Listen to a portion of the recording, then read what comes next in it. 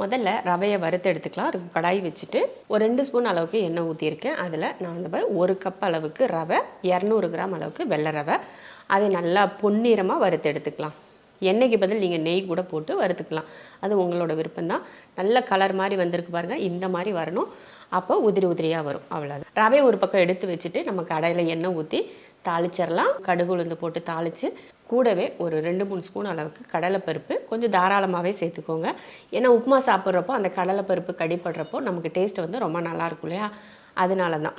கடலைப்பருப்பு நல்லா கலர் மாதிரி வந்த உடனே ஒரு பெரிய வெங்காயம், 3 பச்சை மிளகாய், கொஞ்சம் கருவேப்பிலை போட்டு நல்லா வதக்கிக்கலாம். ரொம்ப வறுக்கக்கூடாது, பொன்னிறமாலாம் வறுக்கக்கூடாது. லைட்டாக அந்த பச்சை வாசம் போகிற மாதிரி வதக்கிட்டு கூடவே ஒரு 1/4 ஸ்பூன் அளவுக்கு இஞ்சி பூண்டு பேஸ்ட் போட்டுட்டு கூடவே கொஞ்சம் நம்ம கையில் நல்லா ஒரு கையளவுக்கு கேரட்டு, பீன்ஸு, பச்சை பட்டாணி இதெல்லாம் எடுத்திருக்கேன். நான் பட்டாணி வந்து கொஞ்சம் வேக வச்சு தான் எடுத்திருக்கேன்.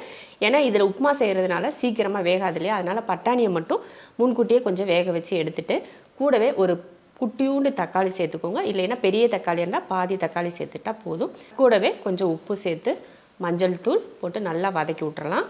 இந்த வதங்கிறதுலே பார்த்திங்கன்னா தக்காளி, காய், பட்டாணி எல்லாம் நல்லா வதங்கி வெந்து வந்துடும். அதனால் எக்ஸ்ட்ராலாம் வேக வைக்கணுன்றதுலாம் இல்லை. எல்லாம் நல்லா வதக்குனதுக்கு அப்புறமா நம்ம வறுத்து வச்சோம் இல்லையா ரவை, அதையும் போட்டு காய் கூட நல்லா வதக்கி விட்டுட்டு நான் 1 கப்பு ரவைக்கு 2 கப் அளவுக்கு தண்ணி எடுத்து நல்லா கொதிக்க வச்சு எடுத்திருக்கேன். அந்த தண்ணியை இந்த ரவையில் ஊற்றிடலாம். பார்த்து அடுப்பை சிம்மில் வச்சுட்டு ஊற்றுங்க. ஏன்னா அதுவும் ஹீட்டு இதுவும் ஹீட்டாக இருக்கனால ரொம்ப பொங்கி வரும். அதனால் பார்த்து ஊற்றுங்க.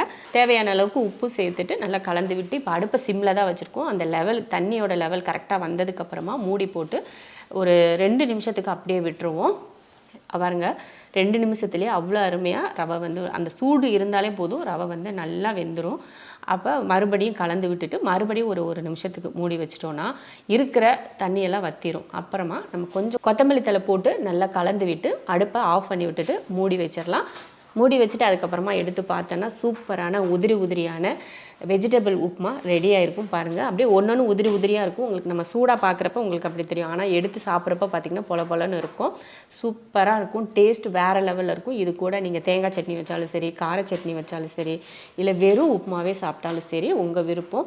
ரொம்ப ரொம்ப அருமையாக இருக்கும். கண்டிப்பாக இதே மெத்தடில் ட்ரை பண்ணி பாருங்கள். உப்புமாவா கிச்சடியான்னு சொல்லிட்டு தெரித்து ஓடுறவங்களுக்கு இதை கண்டிப்பாக ஒரு நாள் செஞ்சு ஒரு வாய் சாப்பிட வச்சுருங்க. அப்புறமா விடவே மாட்டாங்க, இதே தான் சாப்பிடுவாங்க.